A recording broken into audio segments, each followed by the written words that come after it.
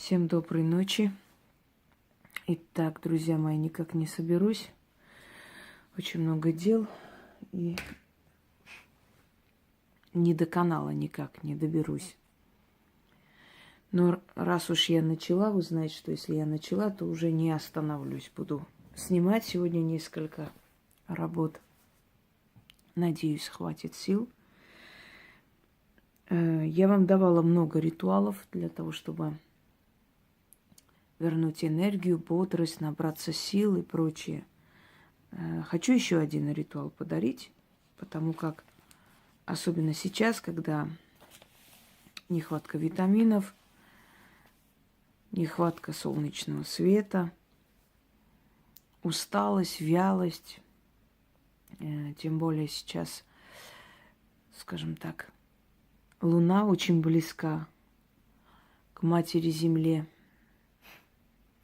поэтому состояние такой удрученности, абсолютной выжатости, без сил. Вроде нужно что-то делать, но и неохота. В общем, все в одну кучу.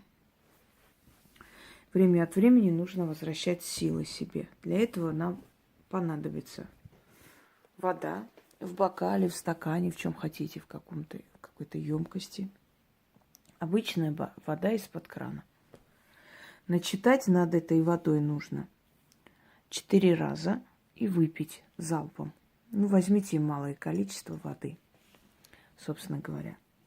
Я уже вам говорила, что вода обладает памятью, и вода запоминает и положительные, и отрицательные посылы человека. Часто бывает, что человек вроде бы приготовил очень такое необычное блюдо по рецепту, сделал все, что надо, сколько нужно, но блюдо получается невкусное. Потому что в этот момент у человека эмоциональное состояние не очень. И вот это эмоциональное состояние усталости, такой, знаете, отрицательного посыла, она передается еде. Естественно, если в еде есть вода. Во всем содержится вода, в нас тоже. Именно поэтому мы подвержены этим лунным циклам и переменам. По той причине, что мы состоим 80% из воды.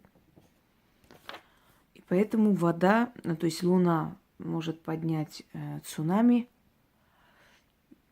в морях, да, поднять эти волны. Магнетизм Луны влияет на водное пространство. И магнетизм Луны влияет и на воду, которая внутри нас. Поэтому есть люди очень чувствительные к лунным этим перепадам и к фазам Луны. Им особенно тяжело все перенести, им особенно тяжело, потому что от этого зависит их энергетическая выжатость, усталость, иногда тяжесть в голове и невозможность. И иногда бывает такое ощущение, как человек находится в невесомости. Это очень противное состояние, когда ты ходишь, и такое чувство, что ты просто наступаешь на облака.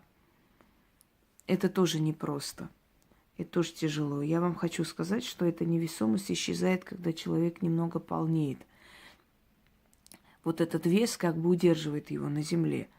Но как только человек начинает худеть, такого типа человека, у которого есть невесомость, состояние невесомости, то ему приходится тяжко, потому что он живет как между небом и землей. Он может резко встать с места, и ощущение, как будто его понесло вперед. Об этой невесомости я снимала давно, объясняла и говорила. Это подвешенное состояние души. И тем более оно влияет и, скажем так, снимает полностью у человека его силы, его энергию забирает.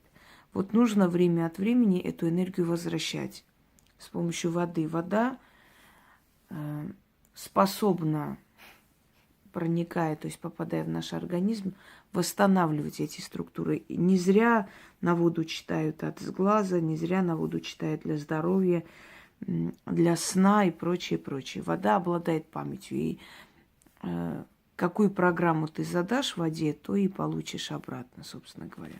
Итак, читаем таким образом. Нужно держать воду вот так близко, чтобы губы чуть выше бокала, чтобы ваше слово, как бы ваше дыхание касалось воды.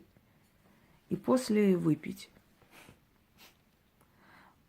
Вода Ульяна, струя Марьяна и водная матерь Маримьяна. Меня за руку взяли, к реке жизни позвали. Та река быстрая, та река чистая, течет река с престола богов, наполняя силой. Река великая, наполняй меня силой. Иди, волна, по моим венам, усталость сними, чемерок со лба забери, кровь по жилам гоняй, живую силу во мне пробуждай, к жизни возвращай. Ульяна, Марьяна и водная матерь Маримьяна, водой живой меня оживите, силой наполняйте, река живая сильна, и мне такой быть. Заклято.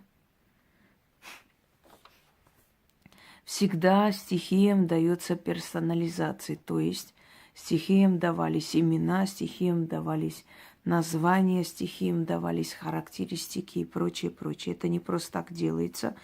Это некое создание такой, знаете,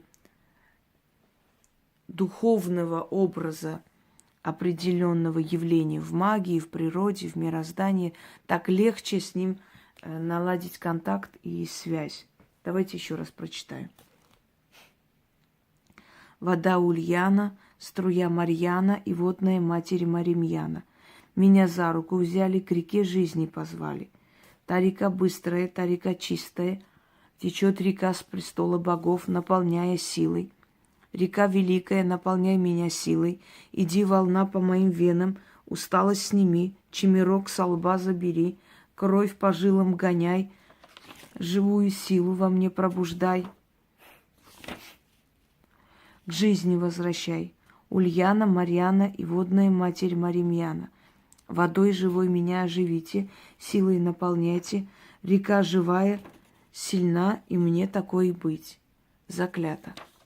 Итак, читаем 4 раза и пьем залпом. Можно это делать перед сном, можно это сделать каждое утро, для того, чтобы организм отдыхал и наполнялся силой.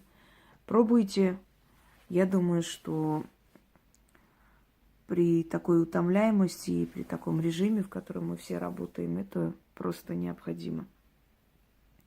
Можно, кстати, это и на работе читать, когда вы чувствуете, что вы устали, у вас просто уже нету сил ни для работы, ни для творчества.